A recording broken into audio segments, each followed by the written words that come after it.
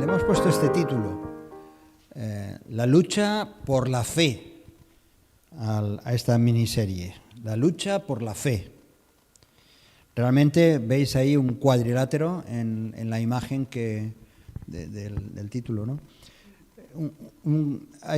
Es un cuadrilátero de boxeo. No sé si os gusta el boxeo. ¿Alguien ha practicado el boxeo? ¿No? Pues, pero veis en ese cuadrilátero, si veis la imagen, en el fondo hay una banqueta, ¿verdad? Hay para sentarse, ¿veis? Cuando el boxeador, después de pelear, necesita sentarse porque está lleno de golpes, y el habituallamiento, el refrescarle, el curarle las heridas, pues él se sienta. Nosotros estamos realmente en una lucha espiritual, una lucha por la fe, y muchas veces necesitamos sentarnos. No me refiero físicamente, aunque también, sino sentarnos delante del Señor y escucharle. La evangelización siempre es un reto permanente. Precisamente este mes tenemos una serie de cosas que van a ser un reto para nosotros como Iglesia, pero la evangelización siempre es un reto porque sabemos que se trata de una lucha no contra carne y sangre, sino realmente, como dice la Escritura, contra potestades que operan en este mundo. Por eso la presencia y el poder del Espíritu Santo en cada creyente es tan importante. Y es el único, realmente el Espíritu Santo es el único que puede librar la batalla que nosotros no podemos librar. Estamos involucrados, pero es el Espíritu Santo quien obra y es el que da la victoria. Y estoy convencido de eso. Y al Señor le hemos de pedir que Él obre y traiga victoria por cada acción que hacemos a nivel personal y también como Iglesia. Bien, en esa lucha espiritual vemos que también ocurre en el ámbito de la Iglesia, no solamente con este mundo o en medio de este mundo, sino en el ámbito de la Iglesia. Por eso aparece reflejada en las epístolas del Nuevo Testamento, aparecen especialmente y de manera contundente argumentos de defensa. Y la epístola de Judas es tan importante, aunque solamente sean en vuestras Biblias una página, no sé, en el móvil no sé cuántas páginas, pero en nuestras Biblias normalmente es una página o página y media. Sin embargo, el libro de la epístola de Judas es sumamente importante porque tiene que ver con la historia y los orígenes de la apostasía, incluso hasta nuestros días. Y eso es lo que vamos a ver de manera más o menos breve en estas 3 sesiones. Por eso digo que no nos dejemos engañar, porque esta epístola es tan cortita, porque podemos pensar, bueno, no, es de segunda. No, todo lo contrario, es muy importante. A veces su lectura rápida, porque lo podemos leer rápido, nos impide ver el fondo de la situación por la cual Judas escribió esto. Y tampoco a lo mejor no podemos apreciar la importancia que tiene para el creyente saber cuál es mi papel en medio de este mundo que va hacia la apostasía cada vez mayor. De eso hablaremos más adelante. Bueno, pues en esta tarde lo que vamos a ver es vamos a introducir un poco la epístola. En primer lugar, el autor y la familia de Jesús. El escritor de este libro de Judas es Judas. Es Judas, que era hermano de Jacobo, o Santiago, o Jaume en catalán. En los evangelios aparecen por lo menos tres nombres con el nombre de Judas, que vendría a ser la misma palabra que Judá. Es la misma palabra, Judas, que Judá. Identificamos por primera vez el autor de esta epístola en esta cita. Aparece, lo encontramos, y aquí ahora sí que os pido vuestra colaboración y lectura.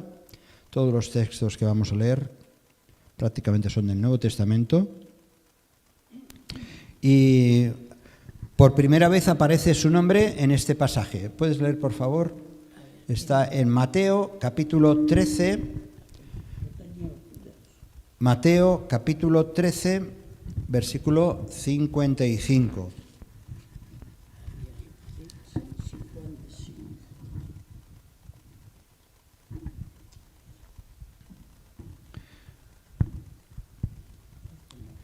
¿Sí? Ah, te he engañado, te he despistado.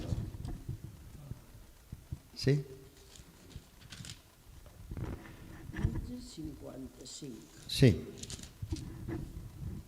Es la primera vez que vemos su nombre en el Nuevo Testamento. 1, 55. Ya está.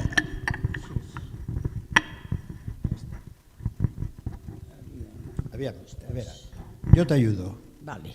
58, per aquí està el 55. 55. Cógelo por abajo, por aquí. Ah, sí, gracias. 55. ¿Sí?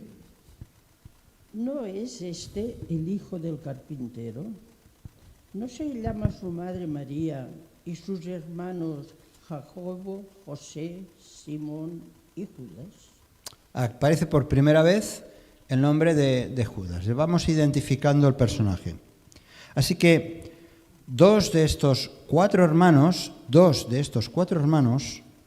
el escritor de la epístola, uno es Judas y el otro es el escritor de la epístola de Santiago o Jacobo. Y el otro, por supuesto, Judas. Por lo tanto, tanto Santiago o Jacobo como Judas eran hermanos de Jesús. Sí, es el mismo. Es una cuestión de la etimología del nombre. En ucraniano, ¿qué es? Jacob, ¿no? Yakov, sí. En español es una cuestión de la etimología es que sería muy largo de explicar. Es una cuestión del latín, cómo va cambiando el Jacob por Santiago, porque las vocales son las mismas y luego van cambiando con el tiempo, van cambiando. Pero es una historia del idioma, es un problema del idioma. No un problema, es una evolución del idioma. Bien, gracias por la pregunta. Habían otros dos hombres llamados Judas, además de este Judas. Ambos pertenecían al grupo de los 12 apóstoles. Los otros dos Judas pertenecían al grupo de los 12 apóstoles. El otro apóstol, llamado Judas, y que lo diferencia precisamente de este Judas, aparece en esta conversación que tiene el Judas con Jesús. Este Judas con Jesús. Este Judas, el hermano no, el otro que era apóstol. ¿Me estáis siguiendo? Y entonces habla este otro que era apóstol, habla con Jesús y entonces menciona este versículo. En este versículo encontramos, ¿verdad? ¿Quién lo lee, por favor? Juan, capítulo 14, versículo 22.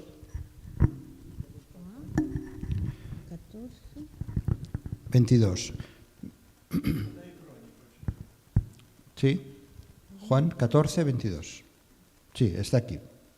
22. ¿Lo puedes leer? Le dijo Judas, no es Iscariote.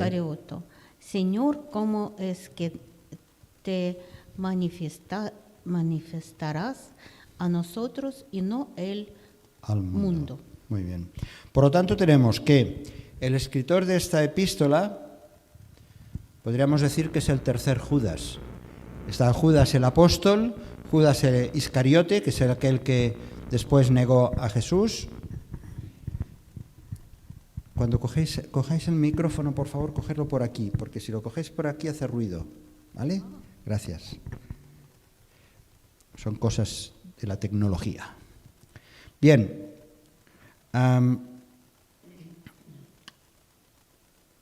Por lo tanto, este Judas, el de la epístola, es hermano de Jesucristo.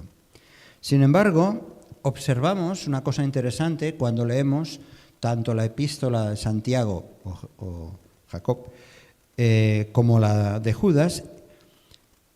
Observamos que ellos no se identifican como hermanos de Jesús, ¿verdad? Ellos no se identifican como hermanos del Señor. Santiago se presenta a sí mismo como un siervo de Dios. Si leemos Santiago capítulo 1, versículo 1, él se presenta como siervo del Señor.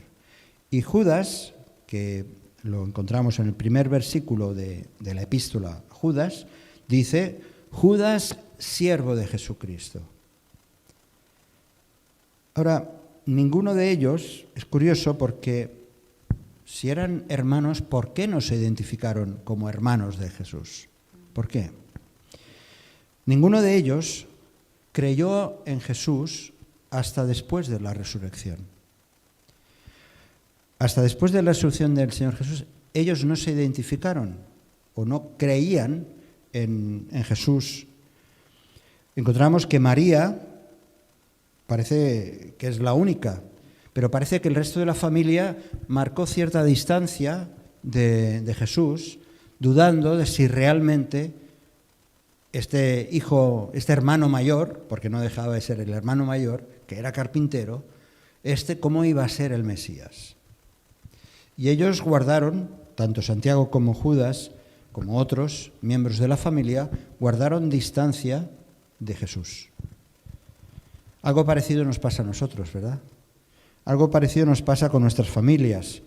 Dudan, no creen, se mantienen a cierta distancia, nos observan, ven también nuestra firmeza o nuestras flaquezas, nos prueban tantas veces, ¿verdad? Nos provocan, hasta que llega a ocurrir un auténtico milagro de transformación. En un sentido, eso es lo que les pasaron a estos dos hermanos. Fue el milagro de la resurrección de Jesús que cambió sus vidas. Y por supuesto, creyeron entonces que Jesús era quien decía que era. Y por esa confirmación ellos finalmente creyeron, y no solamente que creyeron en Jesús como el Mesías, sino que desde el principio de la puesta en marcha de la Iglesia se involucraron grandemente. Así que ocurrió un milagro en sus vidas y eso repercutió en cosas tan tremendas como en dos epístolas como las que conocemos. Aquellos hombres habían crecido en el mismo hogar que Jesús, habían compartido tiempos, pero no le reconocieron. Y Jesús, ahora ponemos un poco en lugar de Jesús. Jesús sufrió la soledad de la familia, la no comprensión, aunque era quien era, el Hijo de Dios, pero su familia terrenal, su familia inmediata, sus próximos, pues no le reconocían ni le aceptaban, todo y que María seguro que sí, ¿no? Así que en esa misma situación, más tarde, el apóstol Pablo dijo unas palabras que tienen en un sentido también significado con esto. En 2 Corintios capítulo 5, versículo 16, Joan, ¿tienes? Joan, por favor. Lo que dice aquí Pablo, en un sentido, es lo mismo que es la experiencia nuestra y es la experiencia que tuvieron aquellos hombres.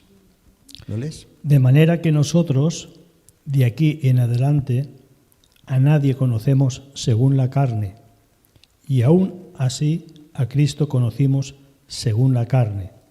Ya no lo conocemos así.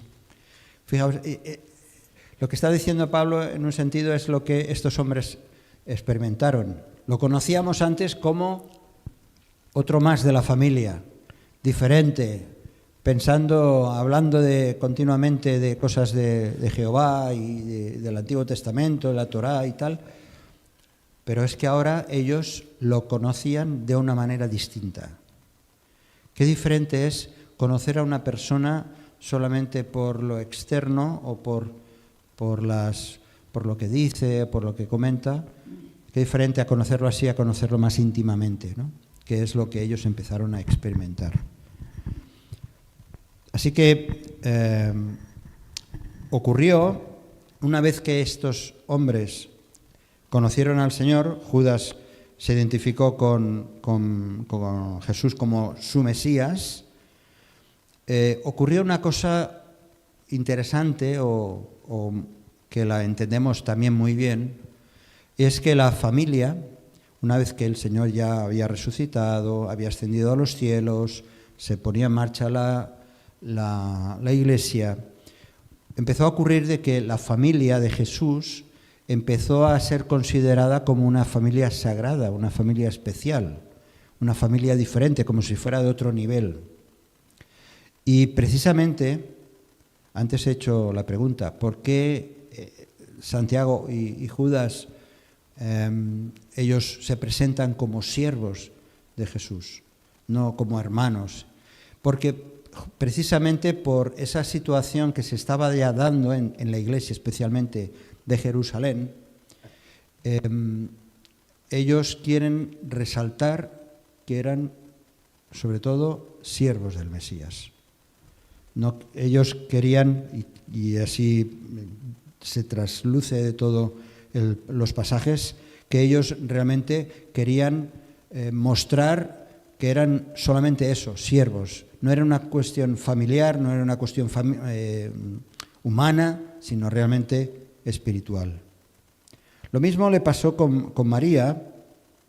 María no fue ningún accidente ni ninguna casualidad que el Señor escogiera a esta muchacha virgen. Y sin embargo, a través de María, pues como vamos a estar recordando estas Navidades, como cada año, pues dio a luz nada menos que al Emmanuel, a Dios con nosotros. Pero ella nunca ocupó un papel relevante ni para ser reverenciada por parte de los cristianos, sino todo lo contrario. Lo único que cuando Elizabeth, su prima, ¿os acordáis? Cuando se encontró con Elizabeth, ella la bendijo entre las mujeres, pero no la adoró, ¿verdad? No la sintió superior a las demás mujeres. Y aún mismo María, en ese famoso poema que ella expresó, ella dijo: engrandece mi alma al Señor y mi espíritu se regocija en Dios mi Salvador. Con lo cual estaba claro el papel de María en relación con su Salvador, que llegó a ser Jesús.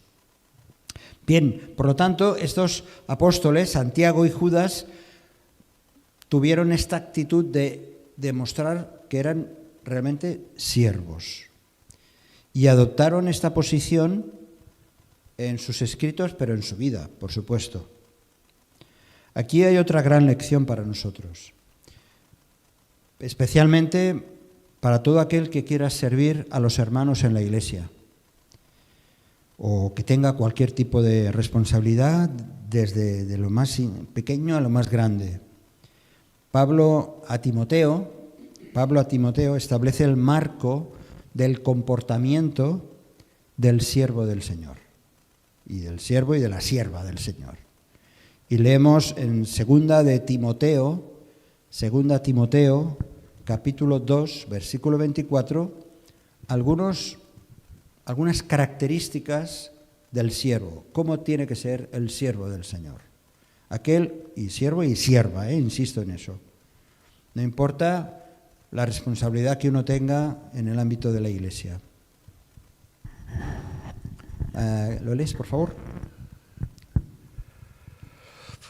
Porque el siervo del Señor no debe ser contencioso, sino amable para con todos, apto para enseñar, sufrido. Sí. Va bien, sí, sí. ¿Qué, más adelante, por favor, el siguiente versículo? Que con mansedumbre corrija a los que se oponen, por si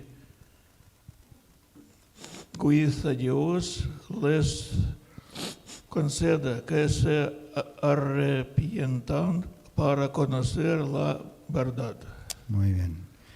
Son algunas de las... ¿Cómo tiene que ser el siervo del Señor? Pues no de ser contencioso, ¿no? O sea, no liarse siempre peleándose con unos y con otros. Sí que se debe contener, eso es otra cosa, pero ser contencioso es otro tema. Sino amable para con todos, apto para enseñar, sufrido, que con mansedumbre corrija. Bien, vamos adelante con la epístola de Judas. El propósito del autor y su identidad. ¿Nos vamos situando un poquito? ¿Sí? ¿Sí? La fecha de la epístola está datada entre el año 66 y el 69 de nuestra era. O sea que más o menos unos 30 y algo de años después de la ascensión de Cristo a los cielos. El tema de la carta, esto es muy importante, que para eso es el propósito. El tema de la carta está relacionada con la llegada inminente que ya veía la Iglesia primitiva, la llegada de la apostasía. Y la apostasía en el ámbito de la Iglesia. Explicaremos más con detalle qué es lo de la apostasía. Pero Judas lo presenta de una manera bastante dramática. Yo os aconsejo que en los próximos días lo leas en tu casa tranquilamente y veas los detalles, luego los comentaremos el próximo día. Pero él lo presenta de una manera bastante dramática y porque empezaba a ver el peligro que estaba empezando a darse en las iglesias por aquellos que estaban enseñando cosas que no tenían nada que ver con el plan y la revelación de Dios. En sus 3 primeros versículos, leo los 3 primeros versículos, dice: Judas, siervo de Jesucristo y hermano de Jacobo, a los llamados santificados en Dios, Padre, y guardados en Jesucristo, misericordia y paz y amor os sean multiplicados. Amados, por la gran solicitud que tenía de escribiros acerca de nuestra común salvación, me ha sido necesario escribiros exhortándoos que contendáis ardientemente por la fe que ha sido una vez dada a los santos. En estos 3 primeros versículos, Judas nos dice que tenía la intención de escribir algo relacionado con la salvación. Pero dado los problemas que estaba habiendo ya en la Iglesia, el Espíritu Santo le guió precisamente a denunciar y reivindicar a la Iglesia frente a esos problemas y dar una atención de alarma a los creyentes. ¿Sí? La apostasía que se aproximaba y la importancia de luchar por la defensa de la fe frente a las enseñanzas erróneas, equivocadas. Y ese es el énfasis que a lo largo de los pocos versículos, son 25 versículos, vemos todo en detalle esa defensa. Esto que vais a ver ahora es difícil de seguir, ¿eh? Pero os voy a pasar, aquellos que tengáis interés, os voy a pasar un corto vídeo Es de 9 minutos, que explica todo esto de una manera muy gráfica, muy curiosa. Aquí no se puede apreciar bien, pero explica todo el contenido como si fuera un resumen de la epístola de Judas.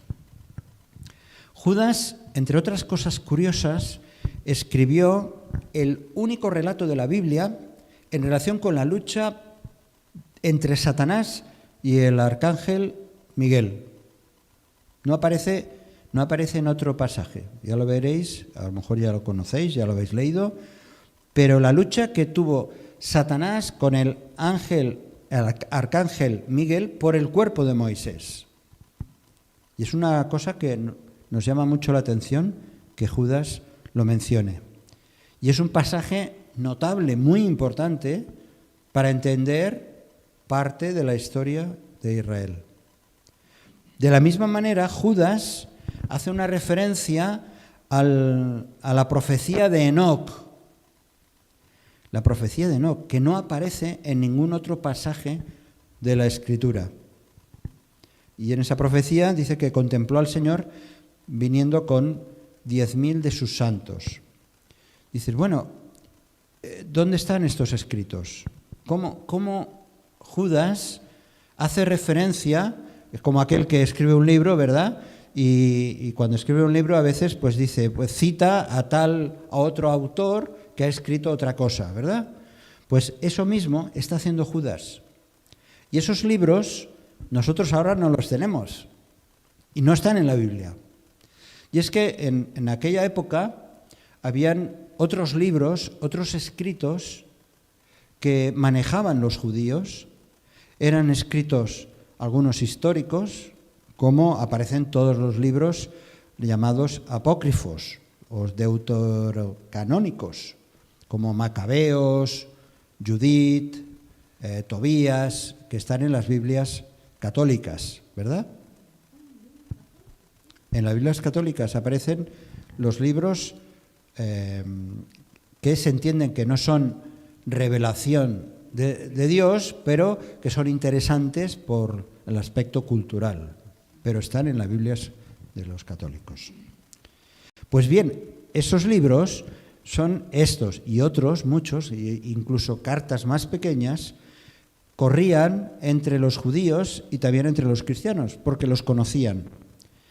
Y en este caso, Judas da crédito a dos hechos, como es este que mencionaba, de esa lucha del arcángel Miguel con Satanás por disputarse el cuerpo de Moisés. Y luego menciona la profecía de Enoc, que ya digo, no la tenemos registrada en la Biblia. Así que en el primer versículo, no vamos a ir muy lejos hoy, en el primer versículo, y siguiendo su decisión de aclarar quién era, Jesús se autodefine, hemos visto, como siervo de Jesucristo. ¿Sí? Siervo de Jesucristo. Y la palabra siervo, ¿sabéis lo que significa? Esclavo, doulos, esclavo. El apóstol no alegó tener una relación familiar con Jesucristo, que lo podría haber dicho. Podría haber dicho, yo soy un enchufado, como a veces en las situaciones laborales, oye, enchúfame en ese trabajo. No, al contrario, ¿no? Judas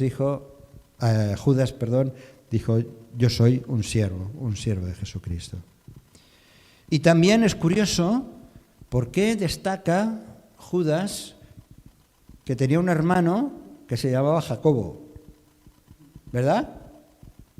Santiago no lo dice de Judas, pero Judas sí que lo dice de Santiago.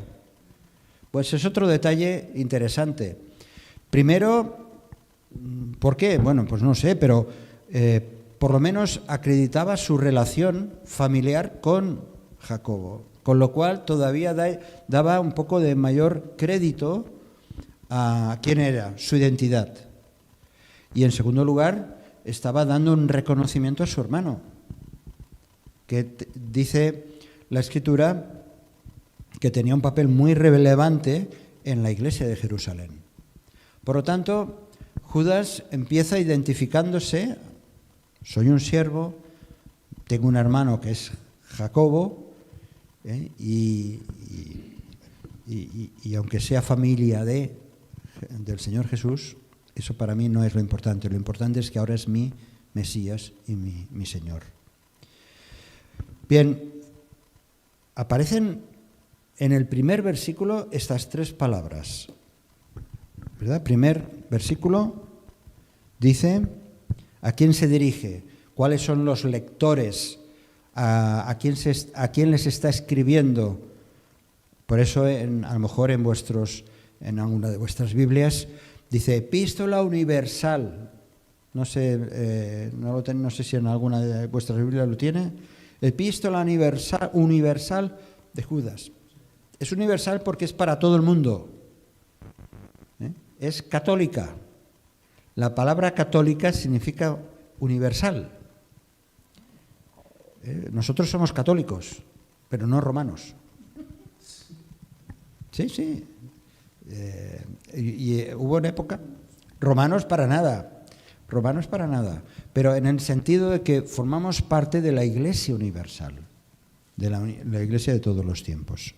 Bien, pero aparecen estos tres calificativos: llamados, santificados y guardados.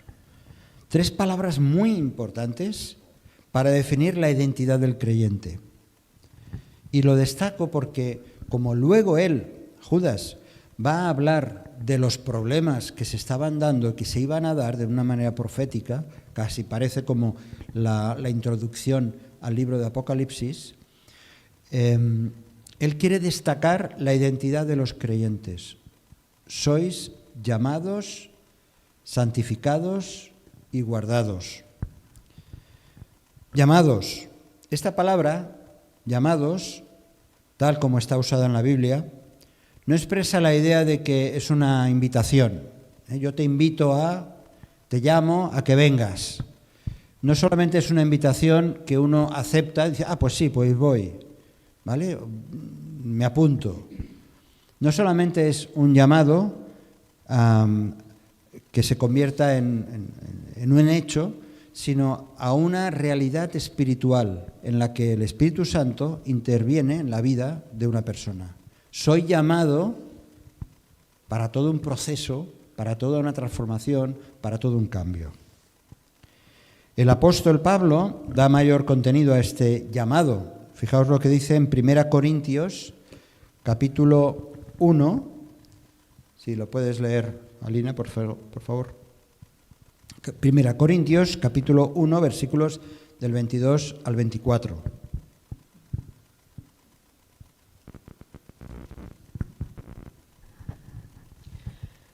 Porque los judíos piden señales y los griegos buscan sabiduría, pero nosotros predicamos a Cristo crucificado, para los judíos ciertamente tropezadero y para los gentiles locura, mas para los llamados, así judíos como griegos, Cristo poder de Dios y sabiduría de Dios. Para unos y para otros, no importa si eres judío o gentil o no judío, dice que para los llamados Cristo es poder de Dios y sabiduría de Dios. Es decir, llamados porque Cristo va a intervenir en nuestra vida y nos va a dar el poder para servirle, seguirle y ser luz en este mundo. Pero es sabiduría de Dios, es la acción de Dios en la vida del creyente, por eso somos llamados. No simplemente oye, apúntate a la iglesia, sé miembro de la iglesia. No es una cuestión de membresía, es una cuestión de pertenencia al Señor. Para los llamados, Cristo es la sabiduría y el poder de Dios.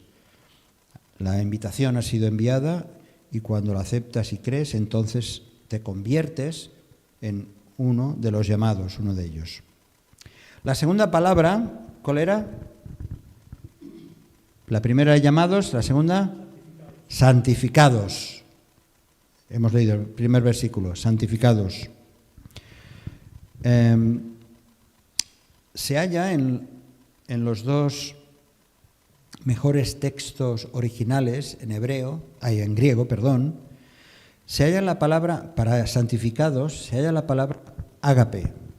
Y ya sabéis que en muchas traducciones, ágape se traduce por amor, ese amor sacrificial. Y no pone la palabra agiazo, que es la palabra que significa santificado, o santificar, mejor dicho. Y sin embargo, en muchas de nuestras versiones pone santificado. Pero la mayoría de los estudiosos, de los eruditos bíblicos, están de acuerdo en que la mejor traducción sería, y no sé por qué en nuestras versiones no aparece así, que la mejor traducción sería amados en lugar de santificados en Dios Padre. Lo mejor sería amados en Dios Padre. Bueno, es importante esto. Bueno, lo importante es que nosotros somos objetos del amor de Dios. Somos amados por Dios. Y santificar, ya sabéis que santificar el concepto es ser apartado y consagrado para un propósito. Bueno, pues aquí más el sentido es, ¿por qué razón? Porque soy amado por el Dios Padre. Pero el énfasis, donde Judas está dando más énfasis, es en la tercera palabra, guardados, ¿verdad? La primera, llamados; la segunda, santificados; la tercera, guardados. Quizá esta palabra, guardados, quedaros con ella, porque es la clave de la epístola. Judas está escribiendo para que los cristianos nos sintamos seguros cuando venga la apostasía o en medio de los problemas que venga para la Iglesia. Y utiliza este término varias veces. En el versículo 1 lo dice, guardados en Jesucristo. Luego en el versículo 6 dice, lo menciona la palabra guardados, dice, y los ángeles que no guardaron su dignidad, sino que abandonaron su propia morada, los ha guardado bajo oscuridad. Utiliza el término guardado para algo que ocurrió con ese grupo de ángeles caídos. Pero después, en el versículo 24, versículo 24, dice, y aquel que es poderoso para guardaros sin caída y presentaros sin mancha delante de su gloria con gran alegría, ¿verdad? Está diciendo. En este versículo destaca guardados en Jesucristo, guardados en Jesucristo, guardados nada menos que en la propia persona del Señor. Es Dios el que nos guarda, es Dios el que nos guarda, es Dios quien nos preserva, es Dios quien nos defiende, que nos ha colocado en un lugar seguro. En este sentido, vuelve a repetir el versículo 21, dice, conservaos en el amor de Dios, conservaos en el amor de Dios. Estamos guardados en el Señor y tú has de también tomar la decisión de conservarme ahí, guardado, protegido. Él me guarda, pero yo tengo que tomar la decisión, quiero ser guardado por ti, Señor. Conservaos en el amor de Dios. Por eso cuando en el versículo 24 dice, y aquel que es poderoso para guardaros sin caída, nos está hablando de un Dios protector, que guarda a aquellos que son suyos. Y eso nos da seguridad. ¿A que sí? Nos da seguridad. Aun en los días de dificultad, o los días de apostasía, o los días de enfermedad, o cuando hay violencia, o cuando falta la fe, o cuando nuestra fe es rechazada por otros. Estamos guardados en Él. ¿Verdad que solemos guardar las cosas que más valoramos? Las tenemos guardadas. A lo mejor son unas fotos, a lo mejor son las pulseras de la abuela, a lo mejor, yo qué sé, una entrada que una vez fuimos a un teatro que nos gustó mucho y lo guardamos para... Y a veces, o monedas antiguas, no sé, pero a veces, no sé si os pasa a vosotros, a mí me pasa, que no recuerdo dónde he guardado las cosas, ¿verdad? Nos olvidamos de dónde guardamos las cosas. Pues si estamos guardados por el Señor, Él no se olvida. Somos de valor para Él y el Señor no se olvida de nosotros. Eso no pasa con el Señor, eso de despistarse, olvidarse. No pasa con el Señor. ¿Por qué? Porque somos guardados por el Todopoderoso. Y eso es señal de victoria, como la que describe en Apocalipsis. Hay pasajes tremendos, preciosos en Apocalipsis, que nos dan orientación de futuro eterno. Por ejemplo, Apocalipsis capítulo 7, versículo 17. ¿Lo tienes tú, Roger? Vale, perfecto. Roger. Apocalipsis 7, 17. Ah, sí, gràcies. Perquè l'anyell, que és el mig del tron, els pasturarà i els conduirà al fons d'aigua viva, i Déu eixugarà totes les llàgrimes dels seus ulls. L'anyell, el cordero, es el que pastoreará. Gracias. Es el que pastoreará. Y Él es el que va a estar al cuidado de nosotros. Hay muchos pasajes. Somos guardados gracias al pastor de nuestras vidas. El Señor Jesucristo utilizó aquella ilustración que encontramos en el Evangelio de Juan, capítulo 10, cuando Él decía: yo soy el buen pastor su vida da por las ovejas. Y añade, hablando de seguridad, añade este versículo también tan conocidos de Juan capítulo 10, versículos 27 al 29.